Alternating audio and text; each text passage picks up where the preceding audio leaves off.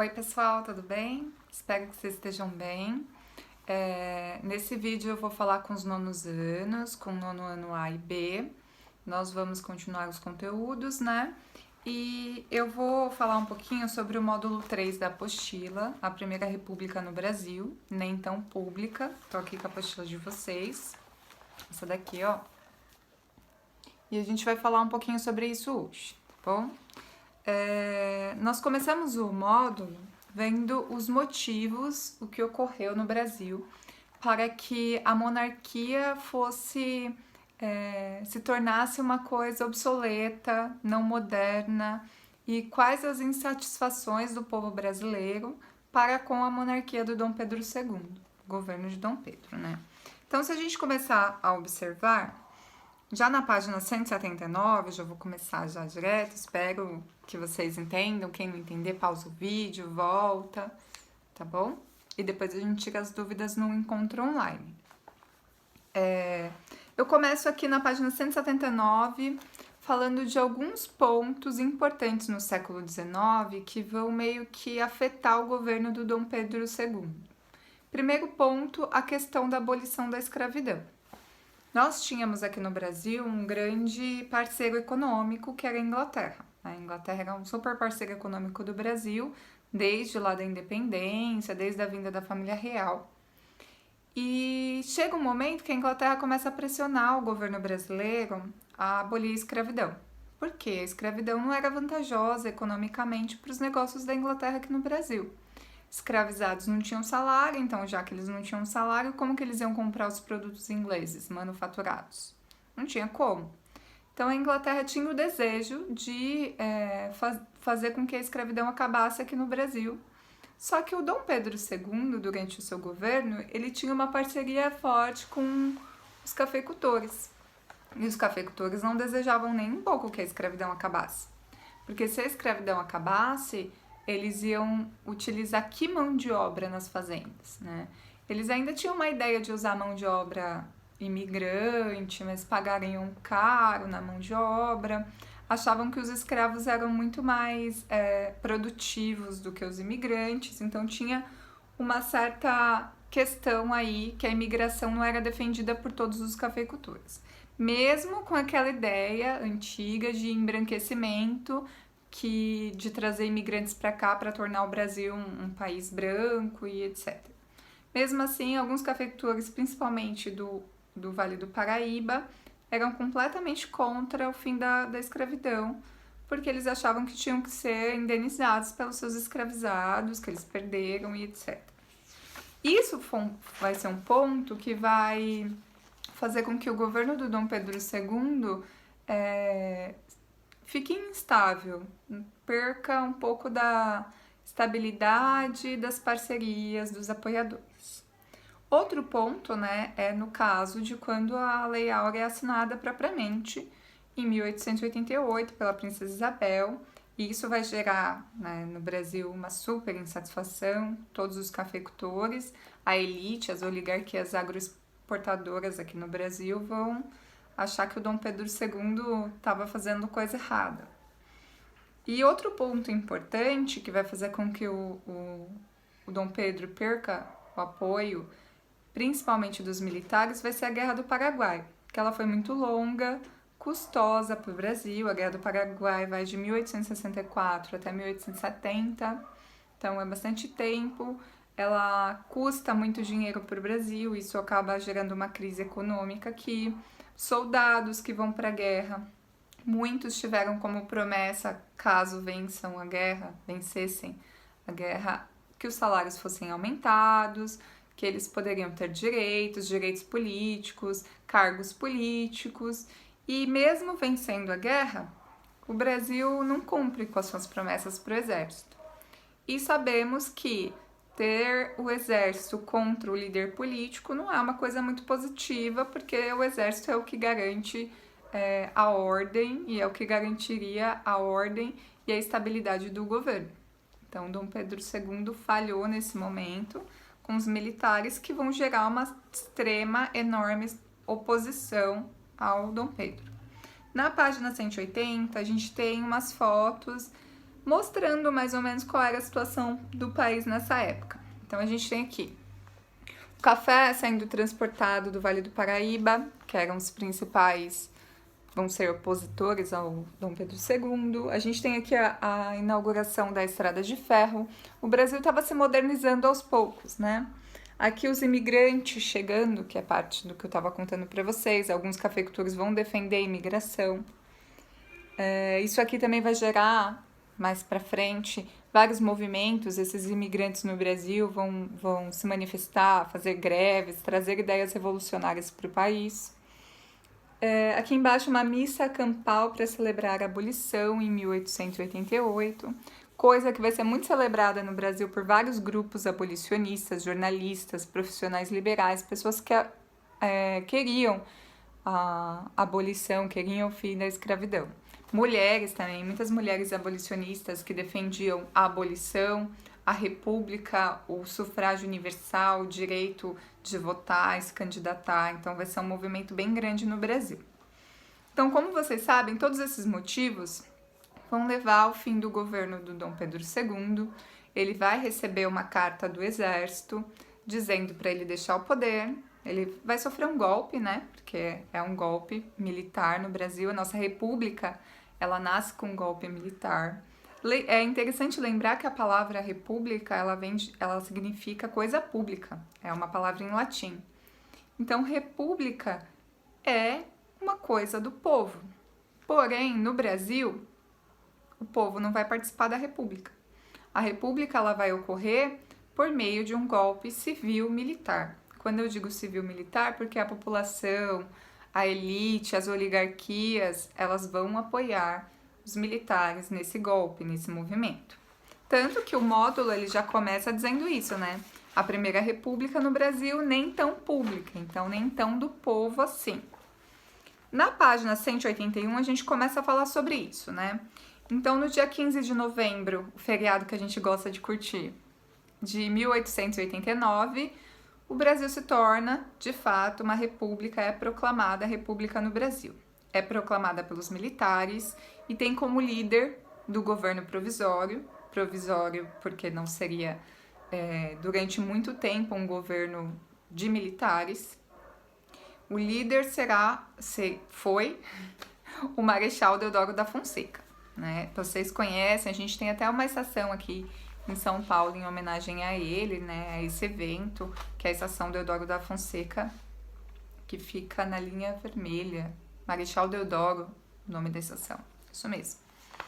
E ele vai liderar esse governo provisório e o povo, de fato, não vai participar. Muitas pessoas vão assistir bestializados o momento em que a república chega no Brasil, porque eles não sabem o que está acontecendo, a maior parte da população pobre, analfabeta, não vai entender muito e não vai ver muitas vantagens na república.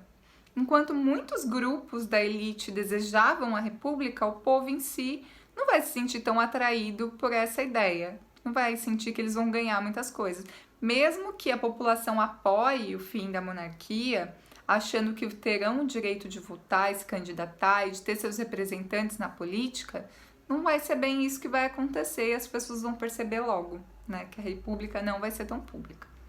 Na página 181 a gente tem uma imagem que é um quadro, o quadro Proclamação da República de 1893, feito pelo pintor Benedito Calixto, que ficou bem famoso. Se eu não me engano, esse quadro, ou ele está no Museu Paulista, Museu do Ipiranga, ou ele tá na Pinacoteca. Eu vi ele na Pinacoteca, mas não tenho certeza. Esse quadro aqui, ó. Vocês estão vendo? Se a gente olhar esse quadro, que é o mais icônico sobre a proclamação da República, a gente percebe que só quem está representado aqui são os militares. Eles estão numa salva de canhões, num momento especial, né? Um momento super especial da proclamação, estão lá comemorando com as espadas e os cavalos. A gente sabe que toda obra produzida tem um objetivo. Então, a proclamação da República ocorreu 1 ano depois do fim da escravidão, da abolição da escravidão. Então, 1888, a abolição. 1889, República, e a produção desse quadro em 93. Então tinha um objetivo aí, se a gente parar para pensar, tinha um objetivo. O objetivo era mostrar para a população como foi suntuosa, bonita, rica a proclamação da República. A gente sabe que não foi exatamente dessa forma. Tem um textinho junto nessa página, 181, um textinho do José Murilo de Carvalho, que é um historiador super famoso. Ele fez esse livro chamado Os Bestializados, bem essa frase que eu citei agora no vídeo, que ele fala assim, ó, que o povo que pelo ideário republicano deveria ter sido protagonista dos acontecimentos, assistiria a tudo bestializado, sem compreender o que se passava, julgando ver talvez uma parada militar. Então o povo não entendia, assistia a uma parada militar, não sabia o que estava acontecendo e era a República. O povo tinha acabado de presenciar a proclamação da República. Uma crítica, né? Na página seguinte está falando dos símbolos da República que vão ser criados, né? Porque todo país ele precisa de símbolos nacionais que representem aquele governo ou aquele grupo que está no poder. Então, no Brasil foi mudada, bem no período da República, a nossa bandeira, o nosso hino e os nossos heróis. Então, nossa bandeira, nosso hino os nossos heróis nacionais foram criações da República, né, com o objetivo de criar um sentimento de pertencimento, de nacionalidade na população brasileira. Então temos lá, primeiro, a bandeira. A bandeira antiga do Brasil, ela tinha aqui no meio o símbolo da família real, o símbolo dos Bragança, que era a família de Dom Pedro II. Aí, no momento da proclamação da República, em 89 mesmo, no mesmo ano, foi feita a bandeira nova, que é essa bandeira que a gente conhece hoje, com o verde representando nossas florestas, o amarelo representando o ouro, o azul representando os nossos estados. Essa frase aqui no meio, Ordem e Progresso, é uma frase do projeto para a nossa República. A ideia dos militares positivistas, que é uma categoria filosófica de pensamento político e econômico, que fizeram um projeto da nossa nação. Então, por isso que eles colocaram ordem e progresso, era um lema dos positivistas na época. Só por meio da ordem chegaríamos ao progresso. Outra coisa que vai ser o nosso hino nacional, né, que vai ser criado aqui, se eu não me engano, em 1909, o nosso hino. E também o herói nacional, que a gente acabou de curtir o feriado, que é o Tiradentes. O Tiradentes, ele foi, vocês já estudaram, mas eu vou relembrar para vocês, ele foi o líder, foi indicado como líder da Revolução em Minas Gerais, que queria separar Minas Gerais do resto do país, Vila Rica, principalmente, que hoje é chamada de Ouro Preto, e ele não queria mais pagar os impostos, eles tinham uma série de questionamentos contra a coroa portuguesa. Então, nada mais interessante do que você colocar como herói nacional, criar a imagem do herói nacional, uma pessoa que lutou contra a coroa portuguesa. E a coroa portuguesa e a família real portuguesa era exatamente o que estava ficando para trás. O que estava ficando para trás, o que estava sendo superado, era a monarquia, era a família real. Então, uma pessoa que, pelo menos um século antes, tinha lutado contra a família real, contra os abusos da família real, da coroa portuguesa aqui no Brasil, da cobrança de impostos da derrama. Então, ele vai ser colocado pelos militares como um líder, como um herói que representa o povo brasileiro. Lembrando, nós tivemos várias manifestações contra os abusos da coroa, contra os impostos, as condições de vida, durante todo o século XVIII, que é o período dos Tiradentes. A gente viu a Revolução Baiana e tudo mais.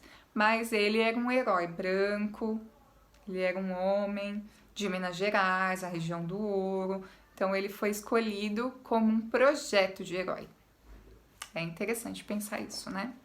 Na página 183, vocês têm um poema, Ah, não, é a parte do hino da Proclamação da República de 1890, de Medeiros e Albuquerque e Leopoldo Miguez. Vocês vão ler o hino da proclamação e responder às questões. Quais ideias estão associadas ao conceito de república, que estão presentes no hino? Por que Tiradentes é mencionado no hino? E por que os regimes políticos e governos criam símbolos como bandeiras, hinos e heróis? Por que um governo, qual que é a ideia de um governo de criar um símbolo como a bandeira, o hino e um herói para o país? Qual é o objetivo? Também já expliquei. Vocês respondam, depois eu faço as correções, tá?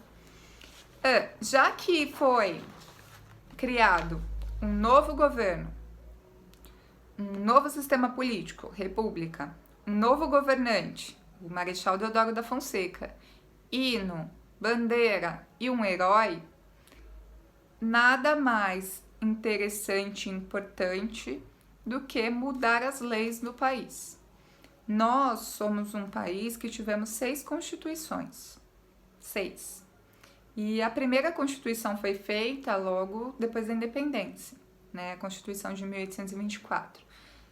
Nada mais justo do que, mudando o sistema político, se mudasse as leis, porque as leis representavam a monarquia. Era necessário um novo conjunto de leis que representasse agora a República, né? Então, em 1890, é feita uma Assembleia Constituinte. O que é uma Assembleia Constituinte? Escolhem os deputados que vão escrever, rever e votar as leis, né? Vão questionar as leis, produzir as leis. Escolhida essa Assembleia Constituinte, eles vão produzir a nova Constituição, que fica pronta em 1891. Eu tô na página 184, tá, gente? Essa Constituição fica pronta e garante as novas diretrizes para o país, agora que o país era um país republicano independente, né? Então, primeira coisa que determina essa Constituição, que nós vamos nos tornar, em 1891, os Estados Unidos do Brasil. E era uma Constituição federalista. Federalista, por quê? Porque nós tínhamos estados autônomos que estavam unidos num conceito de nação. Então, cada estado tinha direito de criar suas próprias leis, regras, claro, desde que não desrespeite a Constituição fundamentada, que é essa Constituição que nós estamos vendo agora, de 1891. Então, o Brasil passou a se chamar República dos Estados Unidos do Brasil, num modelo federalista ou federalismo, certo? A República determinou que os poderes seriam separados, poder executivo, legislativo e judiciário, que já existiam, mas existia também o poder moderador, e Dom Pedro I tinha feito, poder moderador que podia intervir em qualquer outro poder. Esse poder foi retirado, então fica só os 3 poderes mesmo. O poder executivo a nível federal é o presidente da República, legislativo, Senado e Câmara Federal, judiciário, os tribunais federais. No âmbito estadual, vai ser o executivo, o governador, legislativo, os deputados estaduais e o judiciário, os tribunais de justiça. Esse modelo é mais ou menos o modelo que a gente segue hoje, tá? O mesmo modelo que a gente segue hoje. Vão ter regras para se eleger, obviamente, né? Para quem vai fazer parte do executivo e do legislativo, o povo tem que escolher. Então, para você ser deputado, senador ou presidente, o voto era direto, né? Não a primeira eleição depois da República, mas as próximas eleições, de acordo com a Constituição, seria diretamente o povo votando para o executivo e legislativo. Quem tinha direito a voto? Homens maiores de 21 anos, alfabetizados, homens maiores de 21 anos, alfabetizados, nascidos no Brasil, não poderiam ser estrangeiros. Quem não podia votar? Prestem atenção, mulher não podia votar, mendigo, estava escrito assim na Constituição, mulher, mendigo, militar de baixa patente, membros de ordem religiosa e analfabetos. Mulheres, mendigos, militares de baixa patente, membros de ordem religiosa e analfabetos não podiam votar. Basicamente, nem 10% da população podia votar, de fato, porque estava todo mundo excluído, só os analfabetos já era a maior parte da população. Então, essa república que defendia a coisa pública, o direito do povo, não foi tão do povo assim, né? Nesse momento, a igreja e o Estado vão se separar. É nessa Constituição que se determina que o Brasil seria um país laico, que o Estado era uma coisa e as igrejas eram outras, não estavam mais relacionadas. Por exemplo, nós fomos durante muito tempo um país católico, com religião oficial católica. A partir da Constituição de 1891, era um país não católico, era um país sem religião oficial.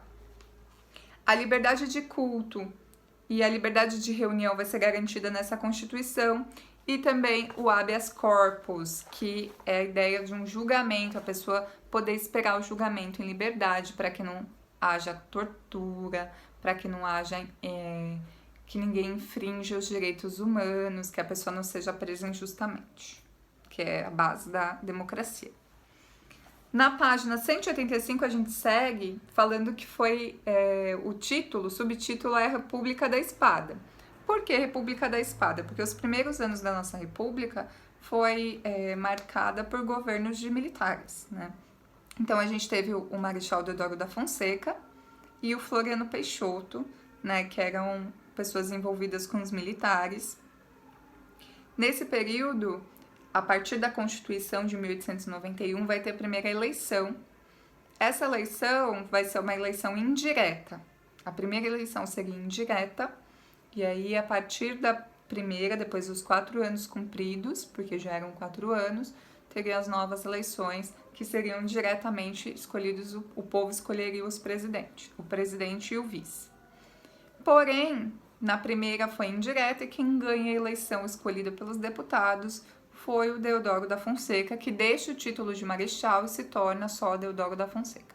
Votam também para vice, que na época se votava, o Floriano Peixoto. Então ele fica ali no poder, o Marechal Deodoro da Fonseca, de 89, quando a República é instalada, até 92, que é o ano que ele falece, e o Floriano assume o lugar dele. Tudo bem?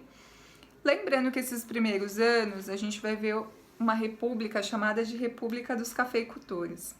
De 1894 até 1930, a gente vai ver a política estabelecida no Brasil pela oligarquia cafeeira. O que isso significa? Que basicamente sempre os representantes dos cafeicultores, da elite agroexportadora no Brasil, que vão estar no poder. Então, a gente chama esse período também de política do café com leite, que eu já vou falar daqui a pouquinho.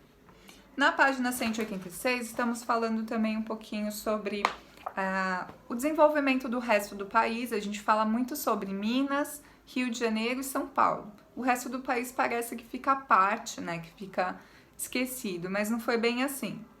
É a partir da República, ali quase na República, de 1879 até 1910, que é o período que o norte do país se desenvolve, principalmente o Amazonas, por conta da borracha. Então, vai ter uma extração grande da borracha nesse período, até 1910. Vão vir empresas para o Brasil, empresários de outros estados que vão vir para cá com o intuito de extrair a borracha e ganhar dinheiro. Então, nesse período, esse estado, principalmente, vai ser modernizado. Então, vão ser criados teatros, as ruas vão ser modernizadas no estilo de Paris. Manaus, por exemplo, vai ficar a Paris dos trópicos, vai ficar uma cidade moderna, bonita. Na página 186, está até mostrando isso aqui, ó, que é esse exemplo. Só que enquanto a gente vê essa modernização, transformando as cidades do Brasil como cidades inspiradas nas cidades europeias, a gente vai ver também a desigualdade.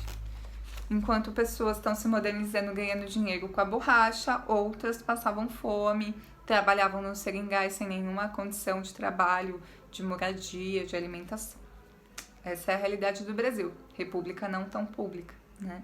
Na página 187, vocês vão fazer uma atividade sobre isso, que tá mostrando uma tabelinha mostrando aqui qual era o número da população, por exemplo, que podia votar em 1920. Então, se a gente fosse ver a população total, tirando os analfabetos, tirando as mulheres, os estrangeiros e os menores de 15 anos, qual que é a porcentagem da população que ia poder, de fato, votar? Mínima. E não olhem minhas respostas. A questão A, por que o modelo federalista favorecia as oligarquias estaduais? Por que os estados serem autônomos, que isso era o modelo federalista, favorecia as elites? Por que dar autonomia para os estados favorecia a elite brasileira?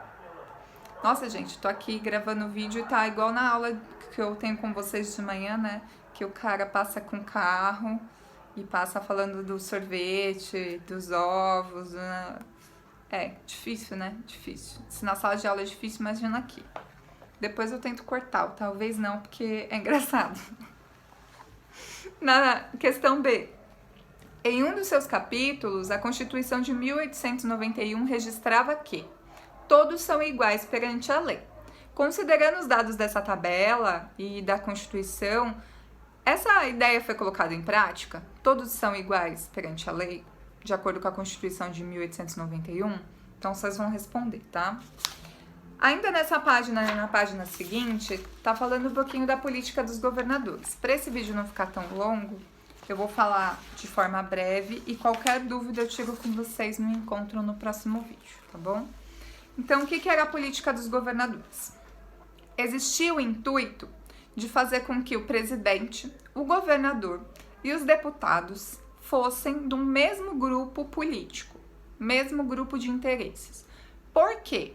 Qualquer proposta de lei que o presidente coloque para ser votada, se os senadores e os deputados não concordassem, votassem contra, essa proposta não seria aprovada. Então, o presidente e o governador não conseguiria colocar em prática o projeto deles.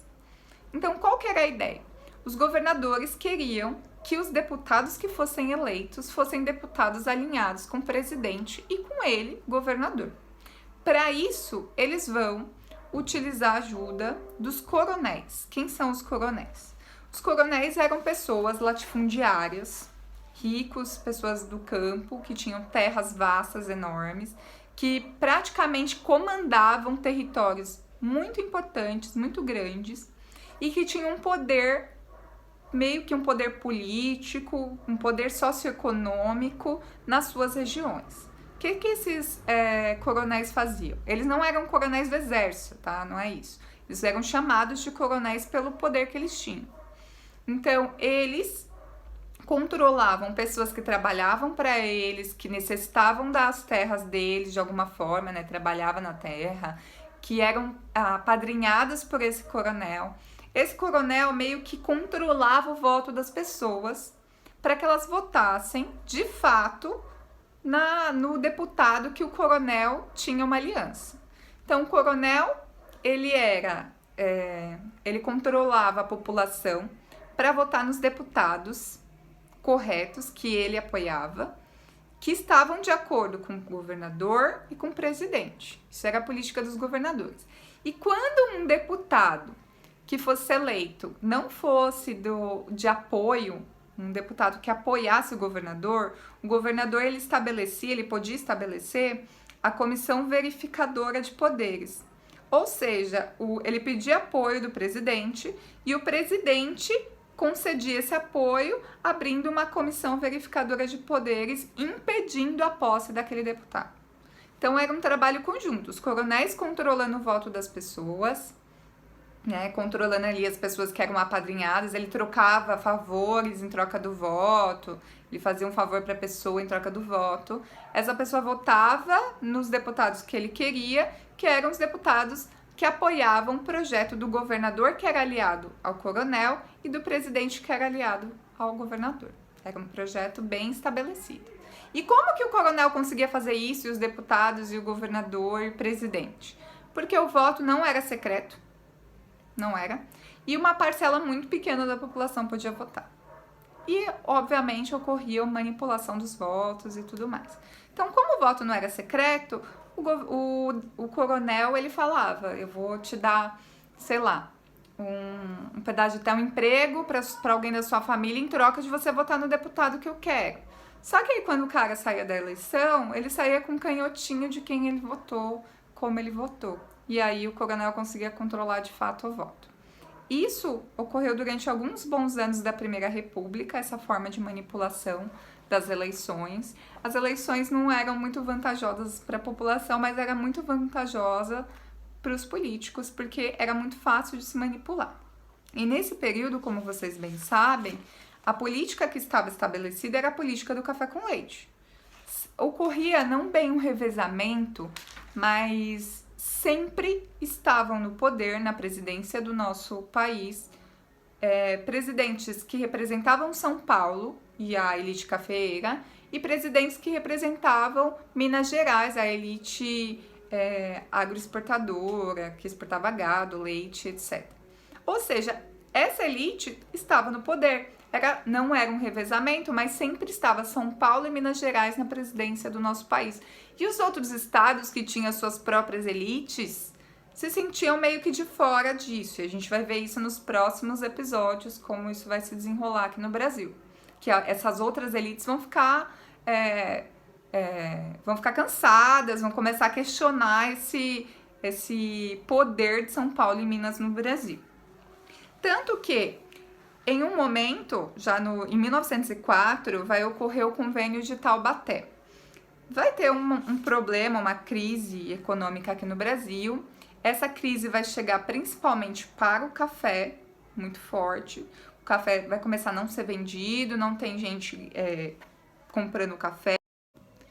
Então, os cafeicultores, em 1906, fizeram um convênio de Taubaté, foram para a cidade de Taubaté, no interior de São Paulo, para decidir o que eles fariam com a produção de café que estava sobrando, não tinha venda suficiente, o preço estava caindo, ninguém procurava. Então, eles começaram a perguntar para o próprio governo que o governo deveria intervir na economia. Eram pessoas que defendiam a liberdade econômica, porém eles queriam que o Estado intervisse na economia quando era de agrado, quando era de interesse dos seus negócios. Então eles fizeram com que os governos estaduais comprassem esse café excedente num preço já pré-determinado. E em 1907, que eu tinha falado 1907, mas não é? Em 1907 o governo federal passa a comprar essas sacas de café com preço determinado. E em todos os lugares do Brasil, em repartições públicas, prefeituras e escolas, etc., vão ter café para todos os funcionários públicos. Por quê? Porque o governo vai passar a comprar esse café. E em alguns casos, teve alguns casos que a gente vai ver um pouquinho mais para frente, aí já é mais para frente, o governo começa a queimar café, jogar no mar café, porque estava sobrando café e o governo era obrigado, por conta do convênio de Taubaté, comprar esse café excedente. Bom, vocês vão fazer essa atividade da página 191 sobre a charge. Façam essa atividade, façam uma tarefa de casa e depois eu vou gravar um vídeo para vocês corrigindo, tá bom? Pelo menos as atividades e a tarefa a gente corrige na aula presencial. Na aula presencial não, né? Infelizmente. Na aula online que a gente vai ter no encontro, tá bom? Beijos, fiquem bem, espero que vocês tenham gostado da aula. Desculpa que a aula excedeu um tempo longo, mas é que o conteúdo é longo. Beijo, tchau, tchau.